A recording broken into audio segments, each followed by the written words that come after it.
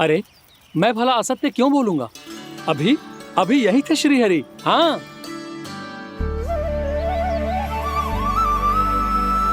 हाँ, जैसे श्री हरि को तो कोई कार्य है ही ना। वो तो आतुर होके बैठे रहते हैं, कब तुम हरि हरि बुलाओ और वो दौड़े चले आए। भगवान तो भक्तों के पास आने के लिए सदैव आतुर रहते हैं। बल्कि सत्य तो यह है कि भक्तों के मन में ही निवास करते हैं भगवान। भगवान तो भक्त के पास आने के लिए सदैव ही आतुर रहते हैं शंकरी मौसी। बल्कि सच्ची बात तो ये है कि भगवान हमारे मन में ही निवास करते हैं। कम से कम तू तो इसे बढ़ावा मत दे जशोदा। जब देखो जब हरि नाम की रट लगाए रहते है। हरि बोलते बोलते ऐसो बावलो होता है कि सारा कार्य भूल जाता है। 2 दिन से अपनी मटकी के लिए चक्कर काट रही हूँ। अभी तो एक चक्कर और लगाना होगा आपको। आपकी मटकी तैयार हो गई है, अभी लाता हूँ।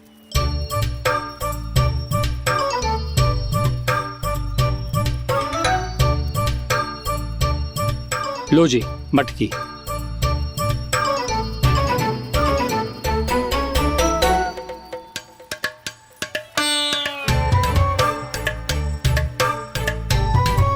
इस कच्चे मटके का क्या करूं मैं?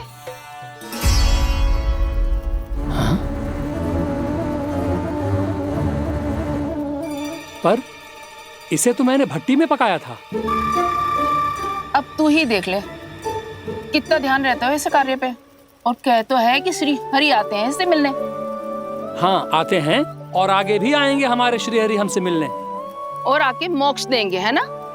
मांगूंगा तो मोक्ष भी दे देंगे, मांगूंगा तो मोक्ष भी दे देंगे, मांगूंगा तो मोक्ष भी दे देंगे। अभी तो ये बता कि तू मुझे मेरी मटकी कब देगो? और मेरी मांग कब पूरी करोगे भोला राम जी? मेरो घड़ा मेरे दिए तो तैयार है ना, कल एकादशी की पूजा और व्रत के लिए। एकादशी का व्रत? हाँ, एकादशी का व्रत। इसे करने से श्री हरि बहुत प्रसन्न होते हैं। अच्छा, फिर तो अभी लाया।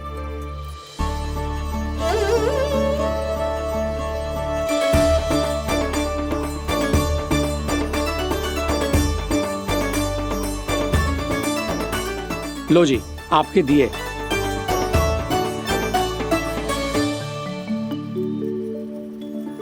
और जो हमने मांगा है वो? बाकी सब शेष द्वादशी के दिन मिलेगा, क्योंकि कल मैं भी एकादशी का व्रत रखूंगा, क्योंकि कल मैं भी एकादशी का व्रत रखूंगा, क्योंकि कल मैं भी एकादशी का व्रत रखूंगा।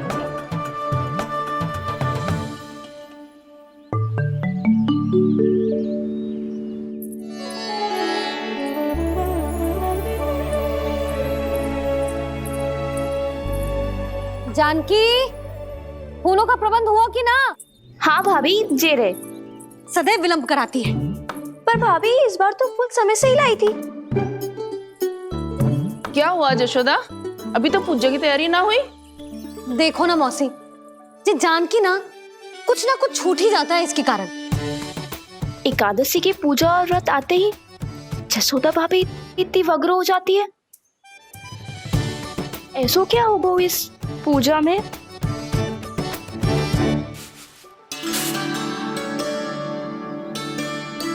ये थाली में रोली चंदन रखने से, दिया जलाने से के होगो?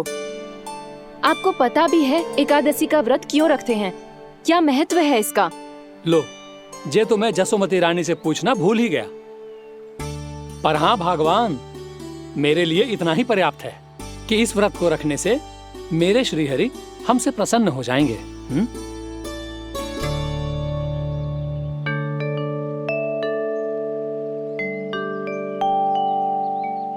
नारायण ही जाने ऐसे कैसे पूजा करते हैं जे श्री हरि की एक मूर्ति तक ना है इनके पास।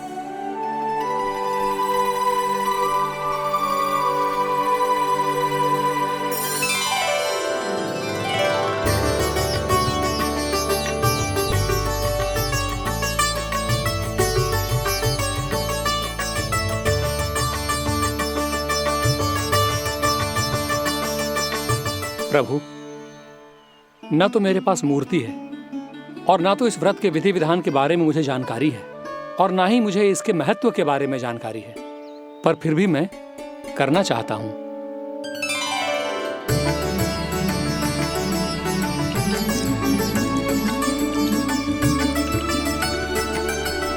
इसीलिए मैं दृढ़ संकल्प लेता हूं,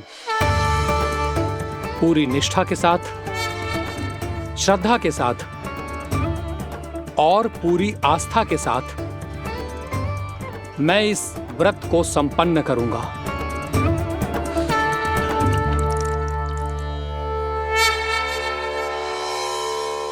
हम संकल्प लेते हैं कि एकादशी के व्रत को पूरी निष्ठा के साथ संपन्न करेंगे।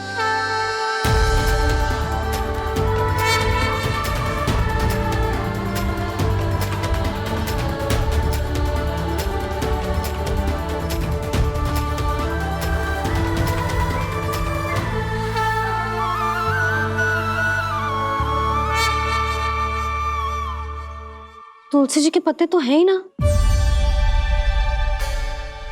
श्री नारायण को तुलसी जी के पत्ते के बिना भोग ना चढ़तो है।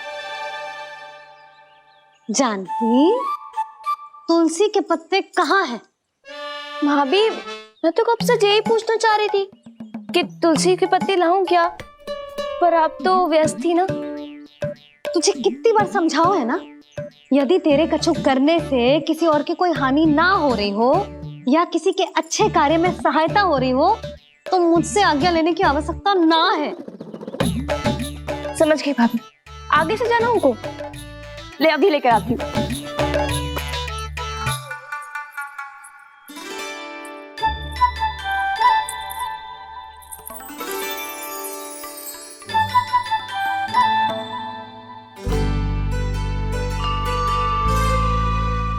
ताऊ, आपने पहले ये व्रत करो है? आपको इसका महत्व पता है?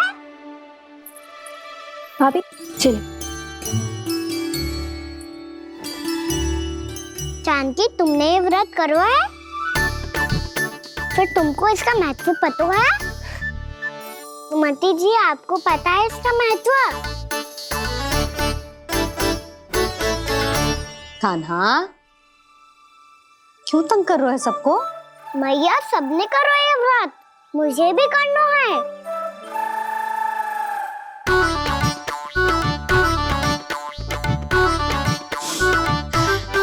ये व्रत केवल बड़ों के लिए होती है लल्ला। जब आप ये व्रत कर सकती हो, बाबा कर सकते हैं, ये सारी गोपियां कर सकते हैं, वो भी कर सकते हैं, तो मैं क्यों ना कर सकता? क्योंकि तू कल तक भूखा ना रह पाएगा लल्ला। जब भक्त रह सकते हैं, फिर मैं क्यों नहीं रह सकता? मेरा अर्थ है कि नारायण के भक्त मैया। मैया, मान जाओ ना, मुझे करने दो ना ये व्रत। अपनी लल्ला पे आप विश्वास ना है आपको? विश्वास है। अच्छा ठीक है, तू भी कर ले।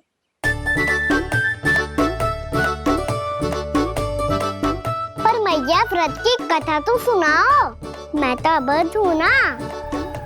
मुझे कैसा पता चलेगा कि ये व्रत करते क्यों हैं?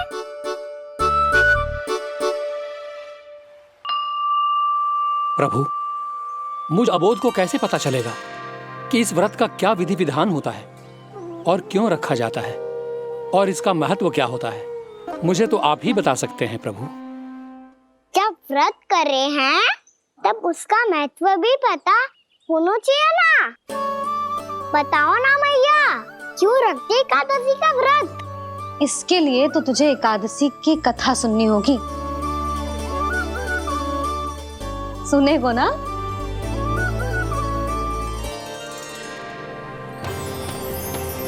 वसुदेव सुतं देवं कंस चाणूरमर्दनम्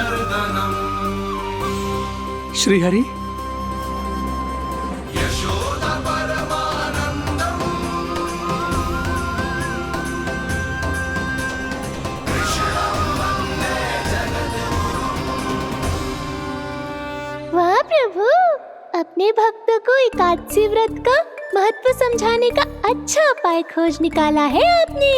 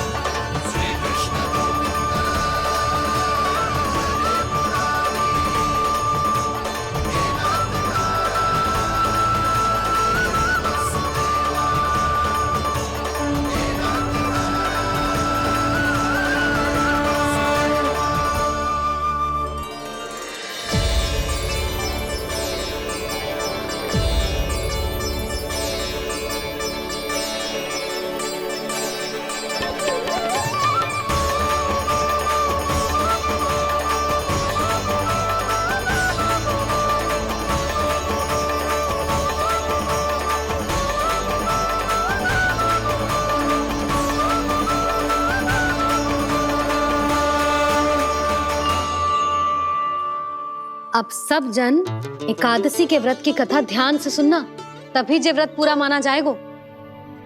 समझो लल्ला।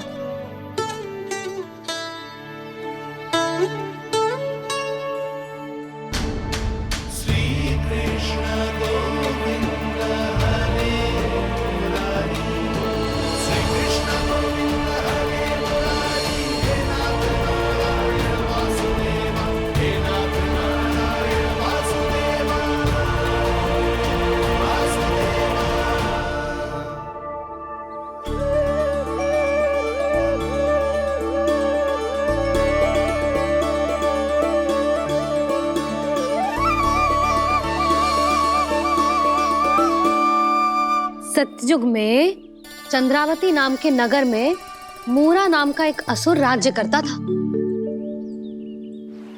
ओम ब्रह्मदेवाय नमः। ओम ब्रह्मदेवाय नमः।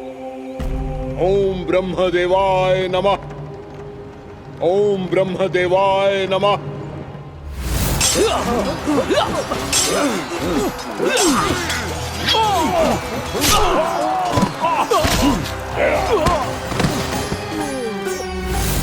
ओम ब्रह्मदेवाय नमः। ओम ब्रह्मदेवाय नमः। जब उसने देवताओं के हाथों असुरों की पराजय देखी, तब वो वरदान पाने के उद्देश्य से ब्रह्मा जी की तपस्या करने चला गया।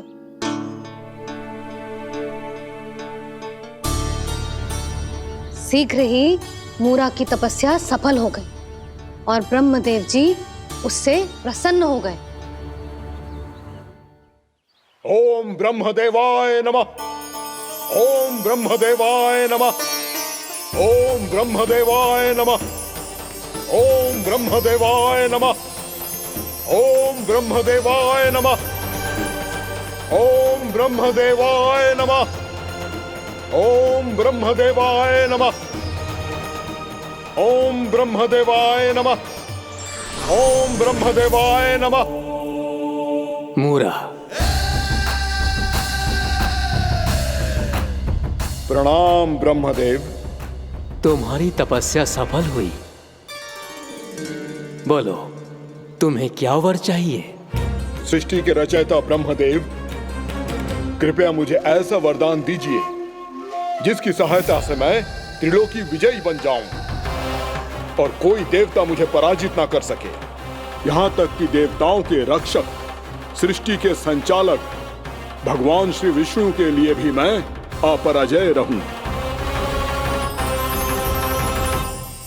तथास्तु, तथास्तु, तथास्तु।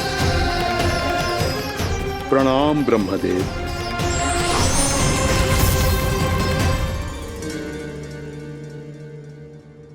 ऐसा वरदान पाकर मूरा बहुत अभिमानी होगा।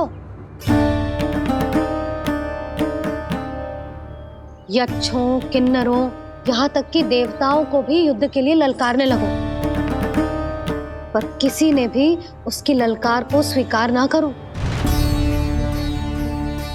क्योंकि सभी उसकी शक्ति से बहुत भयभीत थे और उसके सामने युद्ध किए बिना ही अपनी पराजय स्वीकार करने लगे और फिर दंभ में आके उसने स्वर्ग लोक पर भी आक्रमण कर दिया और देवराज इंद्र तक को चुनौती दे डाली।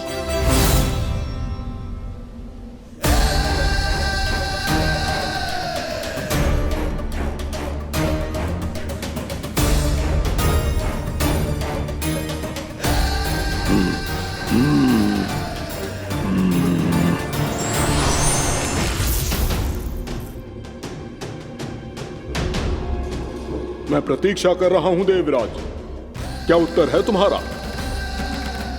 मुझसे युद्ध करोगे या फिर बिना लड़े ही पराजय स्वीकार कर मेरे अधीन हो जाओगे और सौंप दोगे मुझे अपना ये स्वर्गलोक?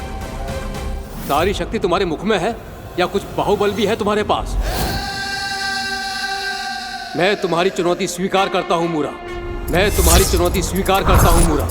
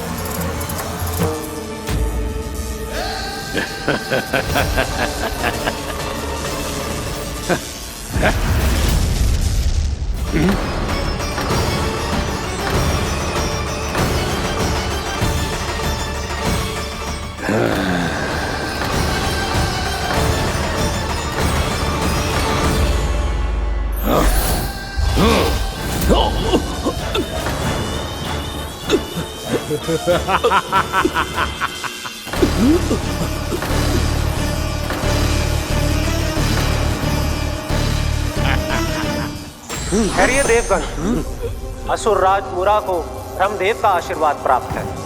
आप में से कोई भी इन्हें पराजित नहीं कर पाएगा।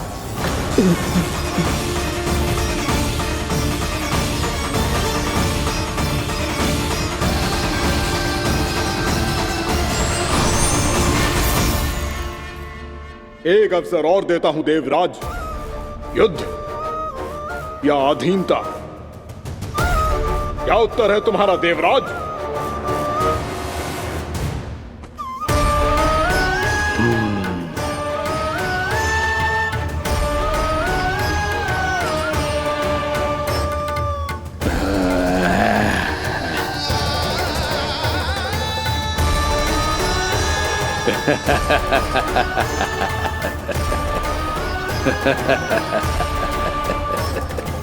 इंद्र और सभी देवताओं ने मूरा के आतंक में आके उससे भयभीत होके अपना सिंहासन छोड़ दियो। अब मूरा स्वर्ग का अधिपति बन गयो और शीघ्र ही उसने अन्य सभी असुरों को स्वर्ग में निवास करने के लिए आमंत्रित कर दियो। और इस प्रकार से वो धीरे धीरे तीनों लोकों का सम्राट बन गयो। उसे किसी ने रोका नहीं मैया। ना लल्ला, इतना साहस किसी में था ही ना। और फिर ये निश्चित करने के लिए कि भविष्य में किसी और असुर की मृत्यु ना हो, वो यमराज पे भी विजय प्राप्त करने के लिए यमलोक की ओर प्रस्थान कर दियो। वो तो अपने आप को और सभी असुरों को अमर बनाना चाहता था। पर देवता और यमराज भी उसकी ये योजना समझ गए थे। इसीलिए उसके आने से पहले ही सारे देवताओं ने श्री नारायण से सहायता के लिए गुहार लगाई। अब केवल आप ही कुछ कर सकते हैं प्रभु। अभी तो मूरा केवल त्रिलोक का स्वामी है, और यदि उसने यमलोक भी जीत लिया तो वो जीवन को ही नियंत्रित नहीं करेगा प्रभु, वो मृत्यु का भी स्वामी हो जाएगा। ऐसे में पहले सृष्टि का संतुलन तो नष्ट होगा प्रभु, और फिर स्वयं सृष्टि ही नष्ट हो जाएगी। ऐसा नहीं होगा यमदेव, नियति ऐसा होने ही नहीं देगी। विधि रचेगी खेल और मैं बनूंगा माध्यम। असुर राज मुरा का सामना मैं करूंगा। बस आप मुझे चुनौती देने के लिए उसे तैयार कर लीजिए, चाहे उसके लिए आपको साम दाम दंड भेद कोई भी उपाय क्यों ना अपनाना पड़े।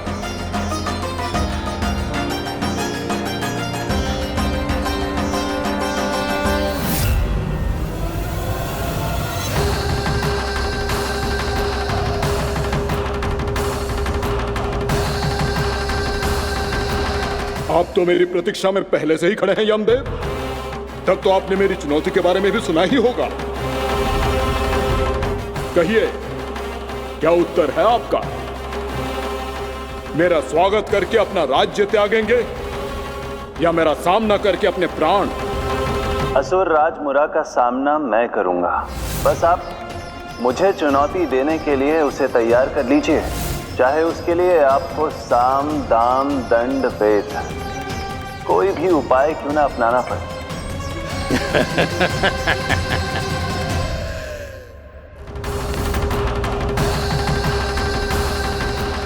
आप तो मेरी प्रतीक्षा में पहले से ही खड़े हैं यमदेव।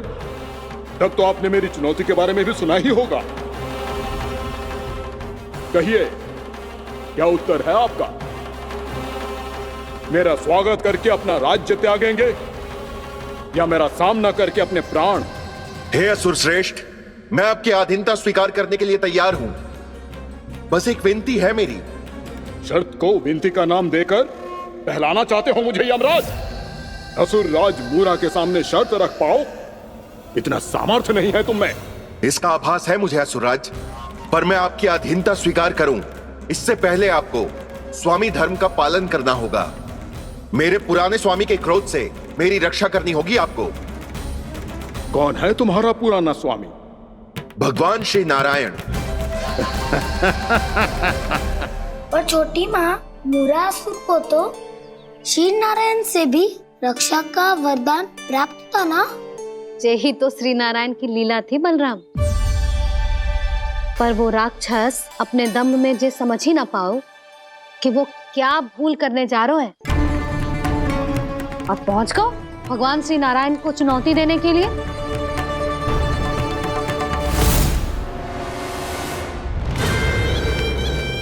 वहीं ठहर जाओ असुर राज मुरा।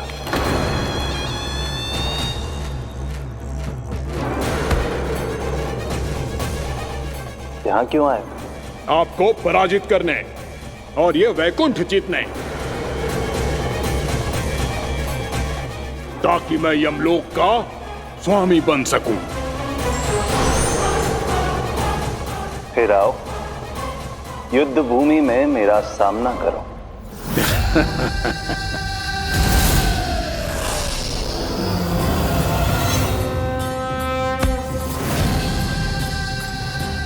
ये नहीं जानते कि इनसे ना हारने का वरदान तो मैं पहले ही प्राप्त कर चुका हूं। इसलिए युद्ध ठीक से आरंभ हो पाए उससे पहले ही इन्हें जीत लूंगा मैं।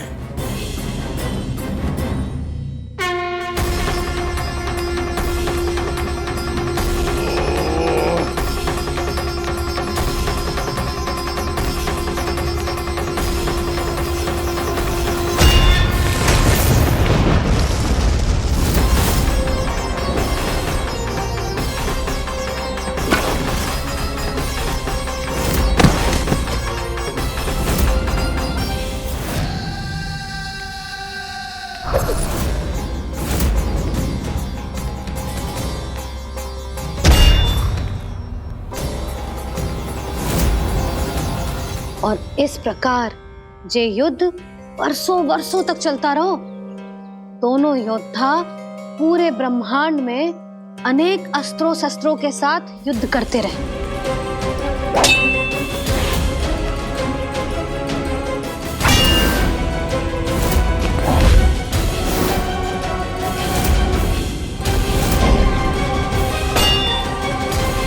फिर क्या हुआ मैया?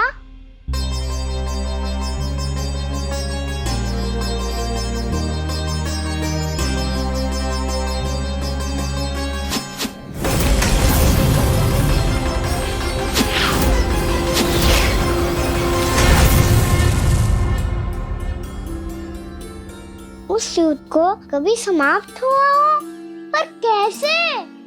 शीघ्र ही वो राक्षस थक गौ लल्ला।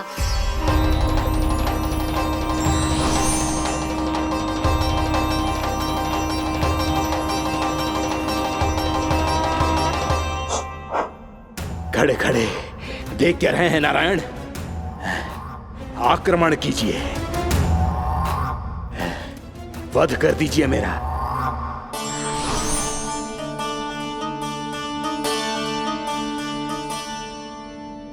मैं तुम्हारी वीरता से प्रभावित हूं, इसीलिए इतनी थकान की स्थिति में मैं तुम जैसे वीर पर आक्रमण नहीं करूंगा। जाओ, विश्राम करो। यदि फिर से युद्ध करने की इच्छा हो तो तुम्हारा स्वागत होगा।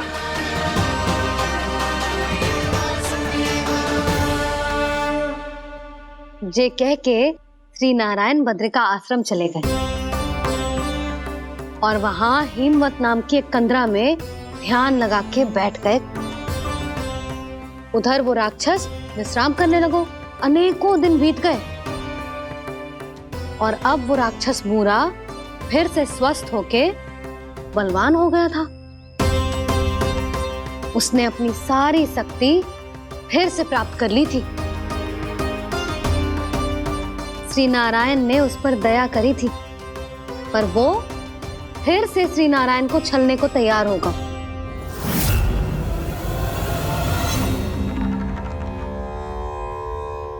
ध्यान में बैठे बैठे श्री नारायण योग निद्रा में चले गए, पर दुष्ट मूरा इसी अवसर का लाभ उठा के उनकी कंदरा में घुस आयो ताकि वो सोते हुए श्री नारायण पे आक्रमण कर सके।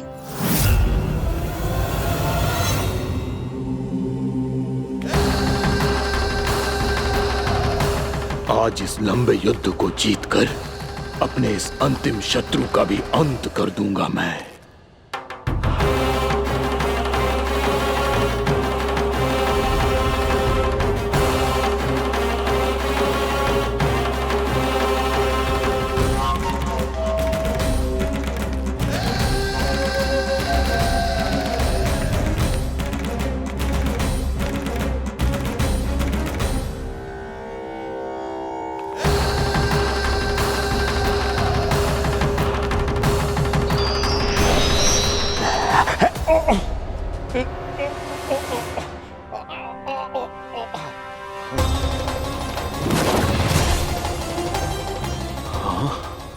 दुष्ट राक्षस,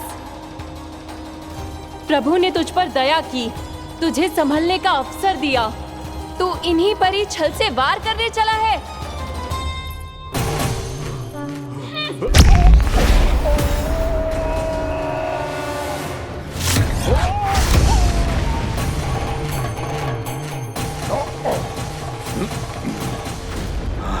मैं अजय हूँ, मुझे कोई पराजित नहीं कर सकता। ब्रह्मा का वरदान है मुझे।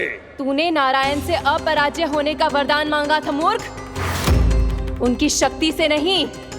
ध्यान से देख, मैं तेरी मृत्यु हूँ, मृत्यु।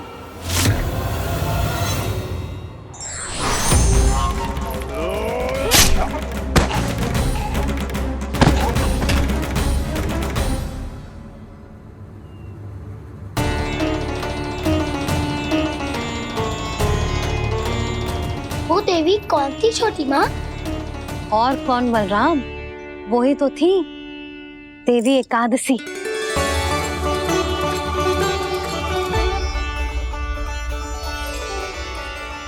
मुझे क्षमा कीजिए प्रभु, आपकी आज्ञा के बिना ही युद्ध करके आपके शत्रु को मृत्यु के घाट उतार दिया। क्षमा नहीं, आपकी तो प्रशंसा होनी चाहिए देवी। असुर राज को मारकर आपने सभी देवताओं को मुक्त करवाया है। इस पापी के अहंकार से तीनों लोकों की रक्षा की है आपने। आप एकादशी की तिथि पर मेरी एकादश इंद्रियों से उत्पन्न हुई हैं। इसीलिए मेरे सभी भक्त आपको उत्पन्न एकादशी के नाम से जानेंगे। सभी तिथियों में आपका स्थान सर्वश्रेष्ठ होगा। जिस तरह आपने राक्षस के आक्रमण से मेरी रक्षा की है, उसी प्रकार एकादशी के दिन व्रत करके जो भी भक्त आपकी कथा सुनेगा, मैं स्वयं उसकी रक्षा करूंगा। जो आपकी पूजा करेगा उसे मेरी विशेष कृपा प्राप्त होगी और उसके साथ साथ उसे मिलेगा धन, सिद्धि और मोक्ष।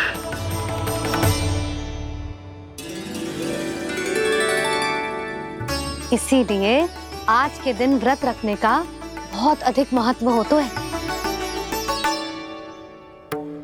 बोलो एकादशी मैया की जय। बोलो श्री नारायण भगवान की जय।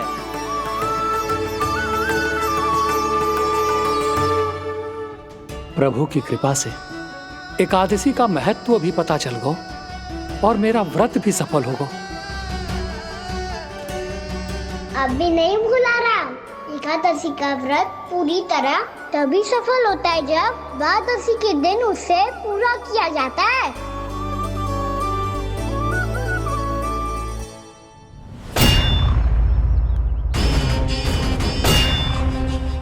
आवश्यक है आपको यह आभास होना कि उस विष्णु अवतार को पराजित करने के लिए आपके साधारण योद्धाओं में वो सामर्थ्य नहीं है।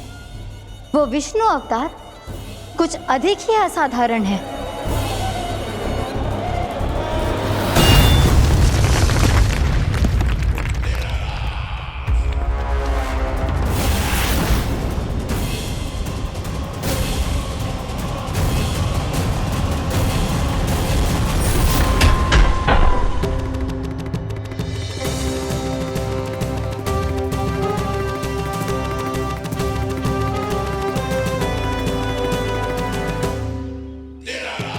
अब मैं दिखाऊंगा उस विष्णु अवतार को असाधारण शत्रु क्या होता है।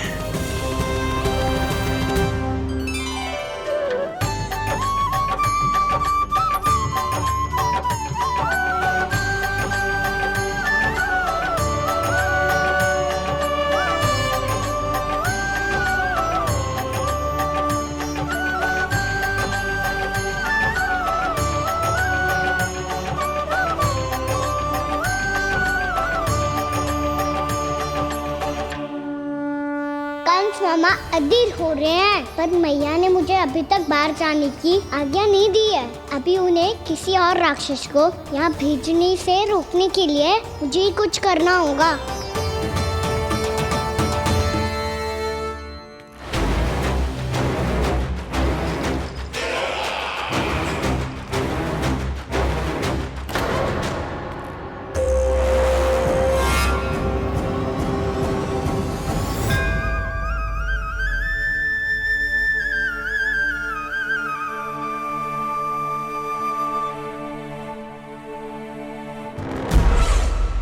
कौन हो तुम?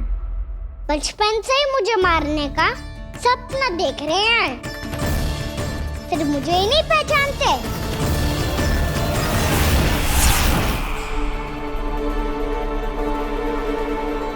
बचपन से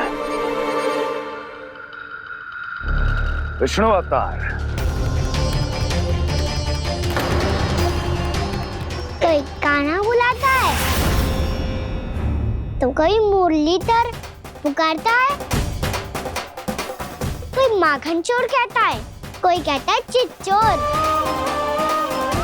पर विष्णु अवतार इस नाम से तो बस आप ही मुझे बुलाते हो मामा जी। इतना साहस, ये तो यहाँ आ गया है।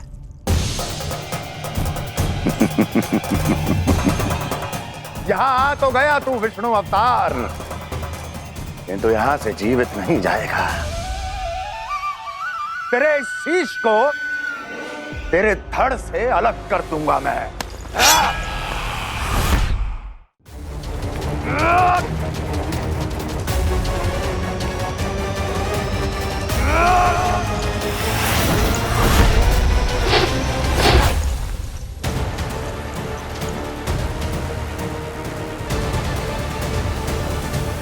वहाँ कहाँ देख रहे हो मामा जी? मैं तैयार हूँ।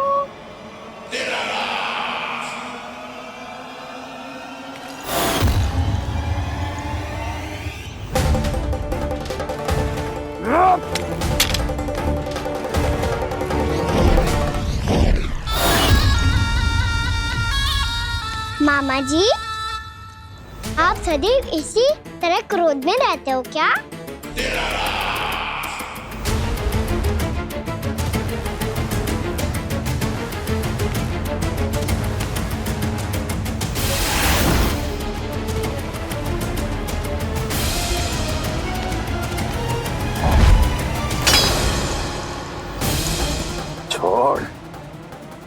मेरी तलवार को। छोड़ो तो तब जब पकड़ा हूँ।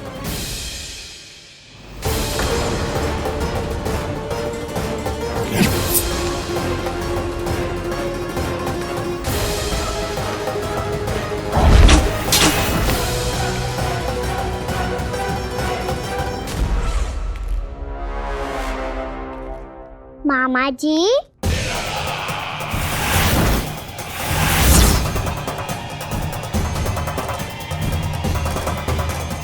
आप थक गए होंगे, थोड़ा विश्राम कर लो। आपका तो पता नहीं, मैं अवश्य थक गया हूँ।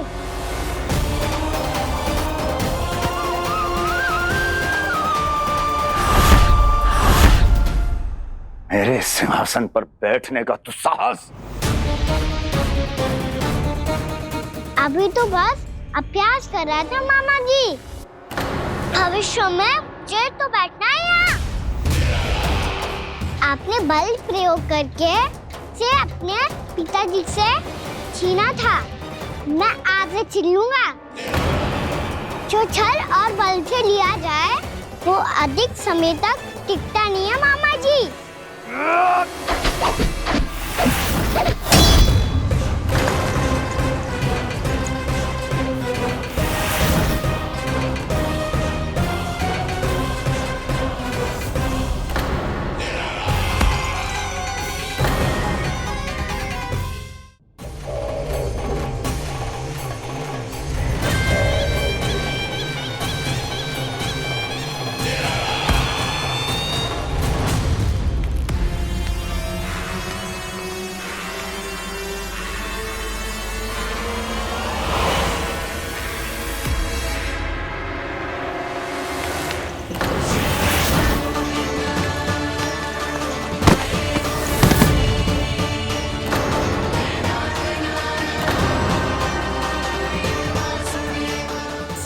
आपको ये सिंहासन छोड़ना होगा।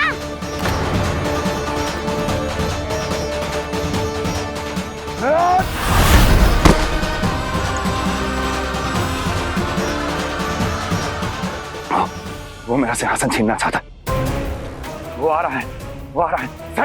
सैनिकों! दुर्जन, बंद कर दो सभी द्वार और झरोखे, सबके सब। इसकी हर संभावना पर इतना कड़ा पहरा बिठा दो कि ना तो कोई महल के भीतर आ सके, ना कोई बाहर जा सके।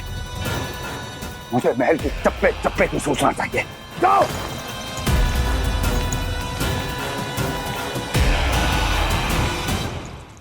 सिंहासन।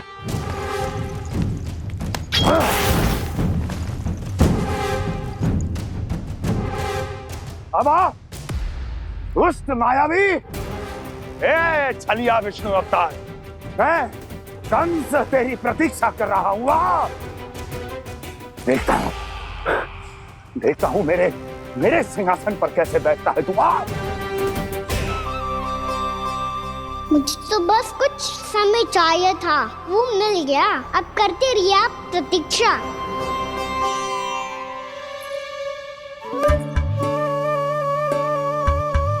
जी अपने आप से बातें क्यों कर रहे हो जी?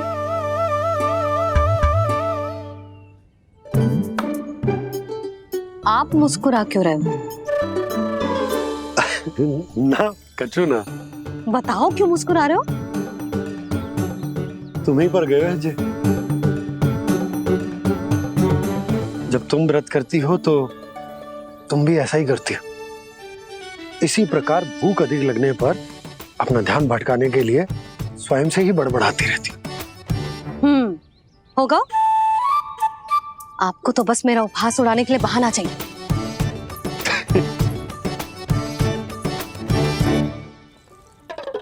लल्ला, भूख लगी है? ना मैया, व्रत करे तो भूख कैसे लगेगी?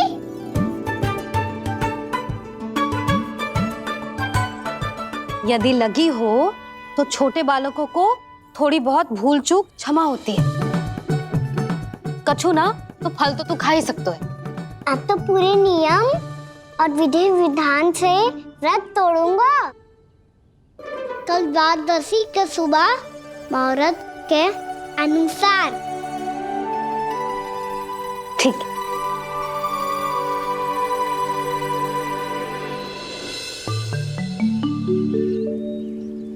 लल्ला, एकादशी समाप्त हो गई है, द्वादशी लग गई है। अब तू व्रत तोड़ सकता है, भोजन कर ले।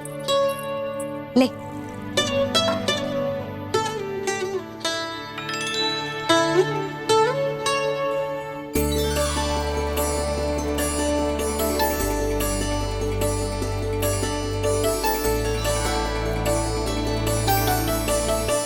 आज तो कार्य कर लीजिएगा। मैं ना चाहती कि सब गांव वाले फिर से आपका उपहास उड़ाएं। अरे इसी क्षण कार्य आरंभ करना आवश्यक ना है, कुछ खा तो लो।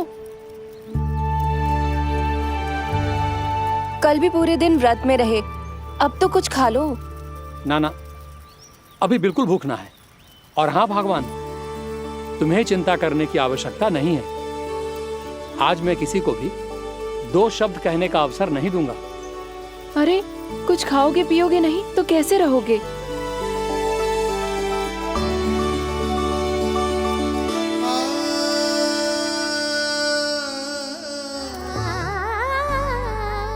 ठहर, मैं तेरे लिए मट्ठा लेके आती हूँ।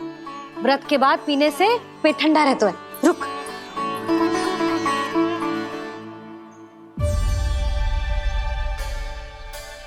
भक्तों ने अभी तक व्रत नहीं तोड़ा है, मैं कैसे तोड़ लूं? भूख कहाँ से होगी? श्री हरि नाम से पेट तो भर लेते हो। श्री हरि श्री हरि श्री हरि।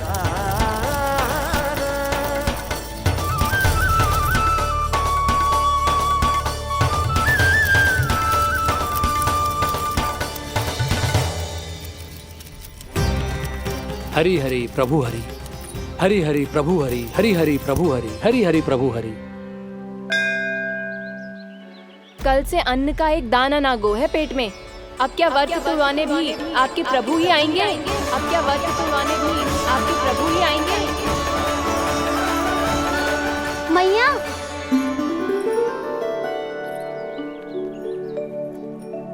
मैया पहले व्रत तोड़ के कच्चू खा तो लो। अभी ना, लौट के आने के बाद। हाँ,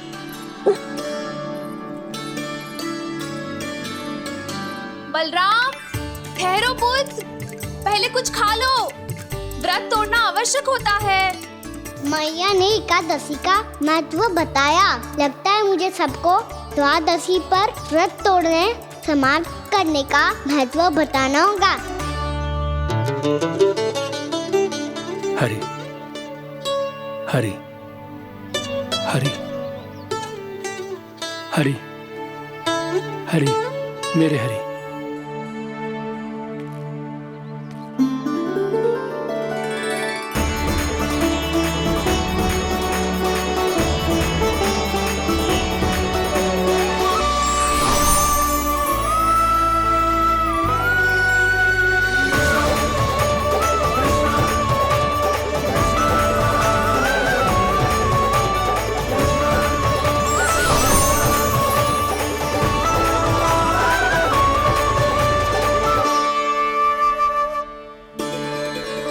अभी अभी तो मैंने बच्चों की माँ को वचन दिया था कि आज किसी को शिकायत करने का अवसर ना दूंगा, और अब मैं प्रभु श्री हरि की कल्पना जसोमती रानी के लल्ला में ही करने लगा।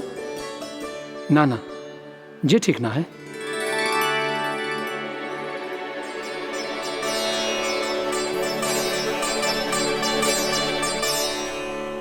ठीक है तो है, बिल्कुल सही पहचाना है आपने। बड़े तो बड़े, अब तो बालक भी हमारा उपहास उड़ाने लगे। मैं आपका उपहास नहीं उड़ाने आया, मैं तो आपके एकादशी के व्रत को पूरा कराने आया हूँ।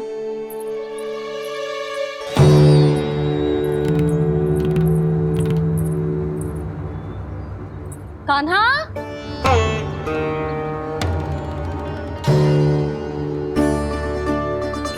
तो ये रे आपकी छड़ी और ये रे मेरी पीठ। सेक देना ताकत तोड़। आज तो इसकी पीठ सेक के रहूंगी मैं। मैया घर पे भूखी मुझे ढूंढ रही होगी। लो, आज द्वादशी के दिन पहले प्रहर में भोजन करके अपना एकादशी का व्रत पूरा करो आप। धन्यवाद राजकुमार, पर अभी हमें भूख नहीं है, बहुत सारा काम पड़ा है और अभी थोड़ी ही देर में शंकरी बहन भी अपनी मटकी लेने आती होंगी।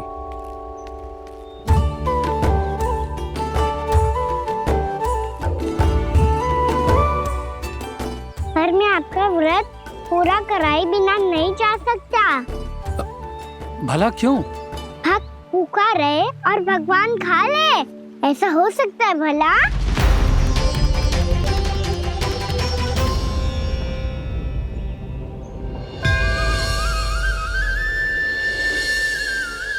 ये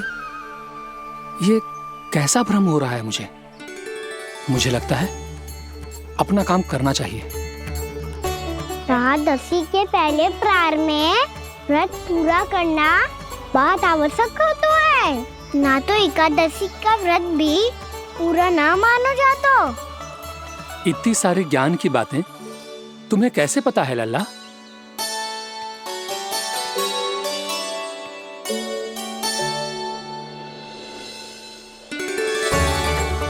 जैसे एकादशी की कथा होती है, वैसे द्वादशी की महिमा भी एक बहुत महत्वपूर्ण कथा है।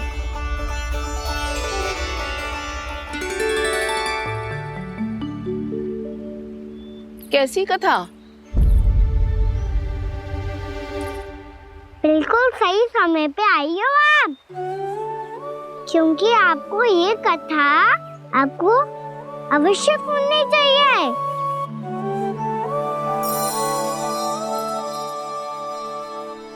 मुझे क्यों?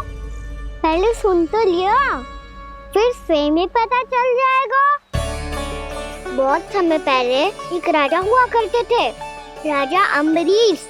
भगवान श्री हरि के बहुत बड़े भक्त थे। ओम नमो नारायणाय। ओम नमो नारायणाय।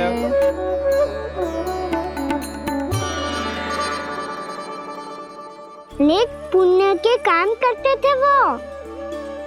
अपनी पत्नी के साथ हरि का नाम जपते रहते थे। उन्होंने 12 माह एकादशी का व्रत करो निर्जल पास किया, और जब उनकी 12वीं एकादशी का व्रत द्वादशी के दिन तोड़ने का समय हुआ, तभी महर्षि दुर्वासा अपनी 100 शिष्यों के साथ उनके महल में पधारे। प्रणाम स्वीकार करें महर्षि।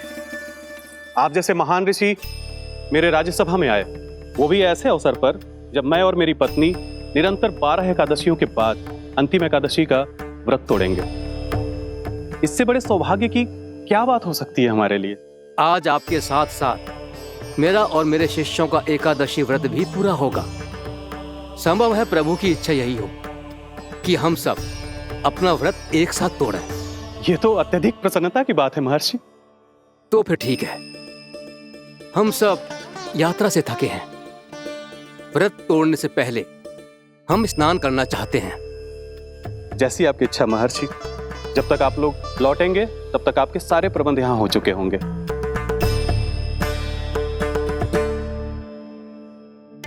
महर्षि दुर्वासा स्नान करने गए थे, पर उन्हें लौटने में विलंब हो रहा था, और इधर द्वादशी पर व्रत पूरा करने का मुहूर्त बीता जा रहा था। महाराज अम्बरीश बड़ी विरगता के साथ महर्षि दुर्वासा के लौटने की प्रतीक्षा कर रहे थे। महाराज, व्रत तोड़ने का मुहूर्त बीता जा रहा है, बस कुछ ही समय बचा है। महर्षि और उनके शिष्यों को लौटने में न जाने कितना समय लग जाएगा। मेरा सुझाव है कि आप मुहूर्त समाप्त होने से पहले व्रत अवश्य तोड़ लें। गुरुदेव, हमने महर्षि दुर्वासा को वचन दिया है कि जब तक वो लौटेंगे नहीं तब तक हम व्रत नहीं तोड़ेंगे। इसीलिए मैं उनका लौटने के बाद ही भोजन ग्रहण करूंगा। पर महाराज, मुहूर्त यदि बीत गया और समय रहते हो नहीं आए तो महाराज आपका व्रत पूरा नहीं होगा। महाराज, आपको उसका फल नहीं मिलेगा। महाराज, 12 एकादशियों का व्रत व्यर्थ चला जाएगा। किंतु गुरुदेव, यदि मैंने भोजन कर लिया तो ये तो अतिथियों का अपमान होगा। आप उचित कह रहे हैं महाराज। भोजन के लिए उनकी प्रतीक्षा अवश्य कीजिए महाराज, पर मुहूर्त रहते हुए एक तुलसी का पत्ता और जल ग्रहण कर लीजिए। इससे आपका व्रत भी पूरा हो जाएगा और अतिथि का मान भी रह जाएगा। आपका सुझाव अच्छा है गुरुदेव।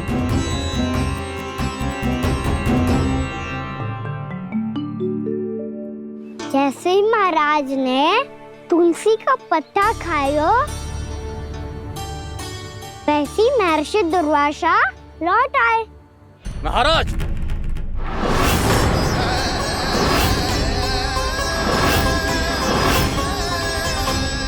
महाराज को उपास तोड़ते देखते बहुत क्रोधित हो गए।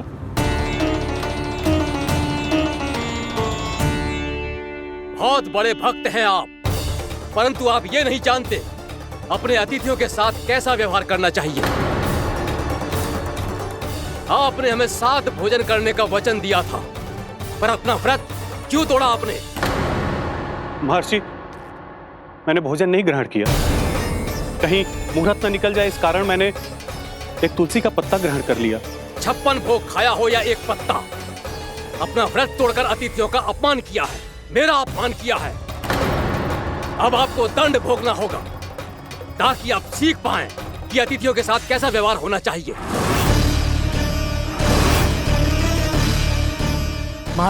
महर्षि, आप जो भी दंड मुझे देंगे मुझे स्वीकार है, किंतु आप क्रोधित मत होइए। क्रोध का कारण आपने दिया है महाराज। एक महर्षि का अपमान करके राक्षसी प्रवृत्ति का परिचय दिया है आपने, इसीलिए अब एक राक्षसी आपको दंड देगी।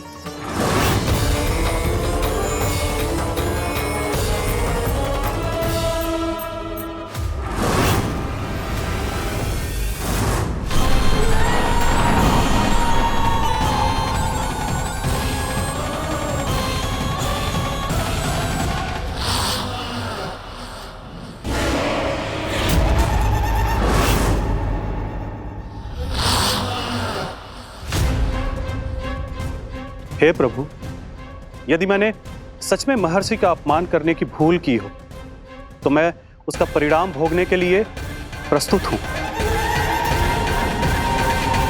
ओम नमो नारायणाय, ओम नमो नारायणाय नमः।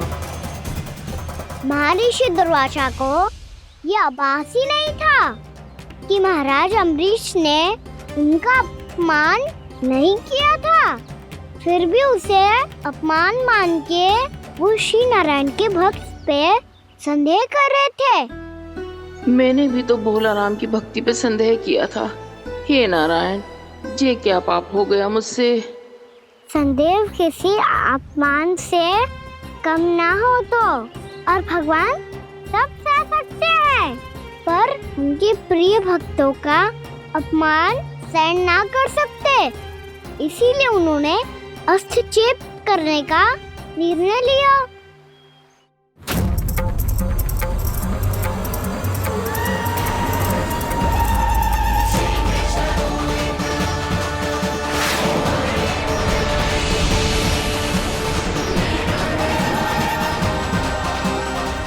ओम नमो नारायणाय।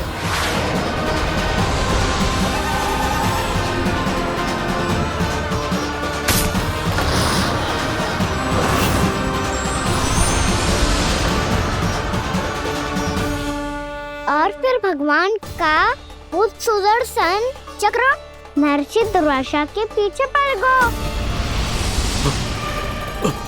ये चक्र तो मेरी ओर बढ़ रहा है।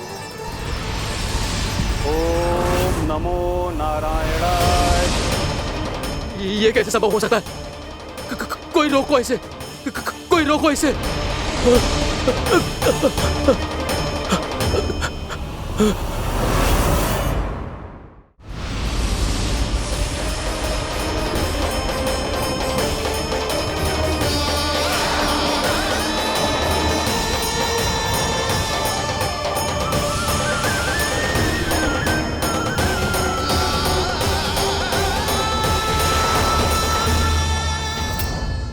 चक्र से अपने प्राण जैसे तैसे बचाते बचाते महर्षि दुर्वासा ब्रह्मा लोग जहाँ पहुँचे। ब्रह्मदेव रक्षा कीजिए, ब्रह्मदेव सहायता कीजिए, मुझे बचाइए ब्रह्मदेव, रक्षा कीजिए। ये सुदर्शन चक्र मेरे प्राणों के पीछे पड़ गया है, मुझे बचाइए ब्रह्मदेव, मुझे बचाइए। महर्षि, मैं चाहकर भी आपकी सहायता नहीं कर सकता। ऐसी स्थिति में यदि कोई कुछ कर सकते हैं तो वो हैं सुदर्शन चक्र के स्वामी विष्णु, क्योंकि सृष्टि में केवल वही है जो इसे नियंत्रित कर सकते हैं। वो ही इसे वापस लौटने का आदेश देकर आपके प्राणों पर छाए हुए संकट को दूर कर सकते हैं। किंतु हां, मैं सुदर्शन चक्र से इतना अवश्य कहूंगा कि जब तक आप विष्णु लोक में पहुंच नहीं जाते, वो आपको किसी भी प्रकार की हानि ना पहुंचाए। आपका बहुत बहुत धन्यवाद, आपकी सदा ही जय हो।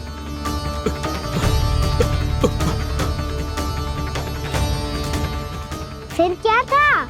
भागते भागते महर्षि दुर्वासा सीधे भगवान श्री हरि के शरण में बैकुंठ पहुंच गए। त्राहिमाम प्रभु, त्राहिमाम, मुझे बचाइए, मेरी सहायता कीजिए प्रभु, मेरी सहायता कीजिए। मैं आपके इस चक्र और ऊर्जा से नहीं भाग सकता प्रभु, कृपया करके अपने सुदर्शन को रोकिए, इसे वापस लीजिए प्रभु। यह असंभव है महर्षि। एक बार सुदर्शन चक्र मेरे हाथों से छूट जाए तो अपना उद्देश्य पूरा किए बिना, मेरे भक्तों की रक्षा किए बिना वापस नहीं लौटता। कोई तो उपाय होगा प्रभु, कृपया करके मेरे प्राण बचाइए प्रभु। मैं सुदर्शन की ऊर्जा से जलकर भस्म नहीं होना चाहता प्रभु। आप जो कहेंगे मैं करूंगा प्रभु, मेरी सहायता कीजिए प्रभु, मेरी सहायता कीजिए। एक उपाय है, किंतु मुझे नहीं लगता कि आप वो कर पाएंगे। मैं अवश्य करूंगा, मैं अपनी प्राण रक्षा के लिए कुछ भी करूंगा प्रभु। आपने मेरे भक्त राजा अम्बरीश को भक्ति का कर्तव्य निभाने के लिए अपमानित और दंडित किया है महर्षि, पर भक्त की रक्षा करना भगवान का कर्तव्य है। इसलिए यदि आप भक्त राजा अम्बरीश के पास जाकर क्षमा याचना करें और यदि वो आपको क्षमा कर दे तो ही ये चक्र आपके प्राण लिए बिना लौट सकता है। अन्यथा आप तो जानते हैं महर्षि, मेरे भक्त का अपमान मेरा अपमान। भक्त का अपमान भगवान के अपमान से कम ना हो तो है। महर्षि दुर्वासा को भी ये बात समझ आई और फिर उन्होंने महाराज अम्बरीश से क्षमा याचना की। महाराज महाराज महाराज महाराज महाराज, मुझे क्षमा करें महाराज, मुझसे बहुत बड़ी भूल हो गई महाराज, मुझसे बहुत बड़ी भूल हो गई महाराज। महर्षि, आप हमारे चरण छुए ये उचित नहीं। महाराज, महाराज अम्बरीश, आप नारायण के सच्चे भक्त हैं। मैंने आपको अपमानित किया, दंडित करने का प्रयास किया महाराज। इस अपराध के लिए मुझे क्षमा कीजिए महाराज, और इस सुदर्शन चक्र से मेरे प्राण बचाइए महाराज।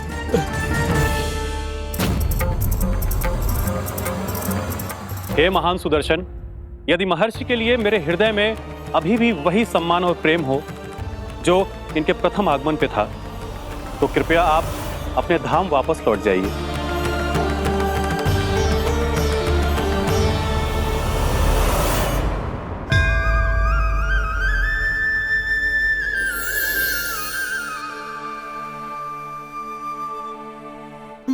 आपका बहुत बहुत धन्यवाद महाराज अम्बरीश।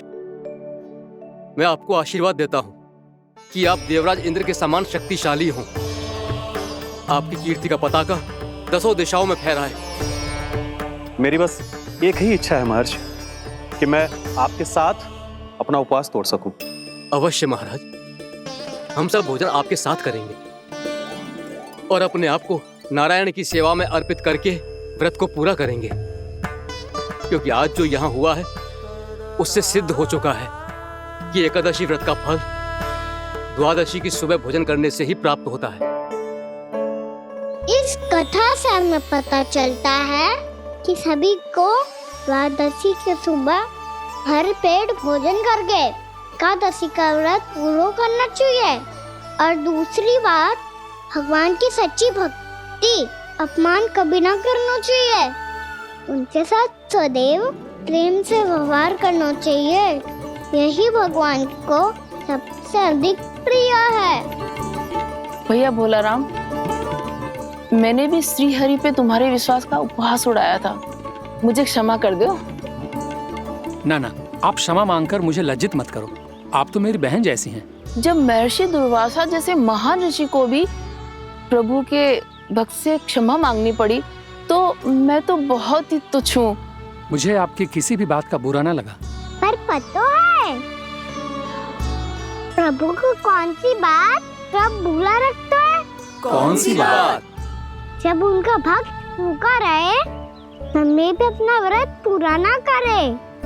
और जैसा कि आप सभी ने अभी कथा से सीखो है, एकादशी के व्रत को द्वादशी की सुबह अवश्य पूरा करना चाहिए।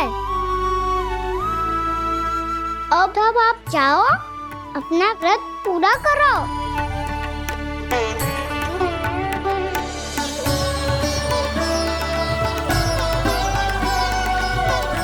मैं आपके लिए जल लेके आती हूँ।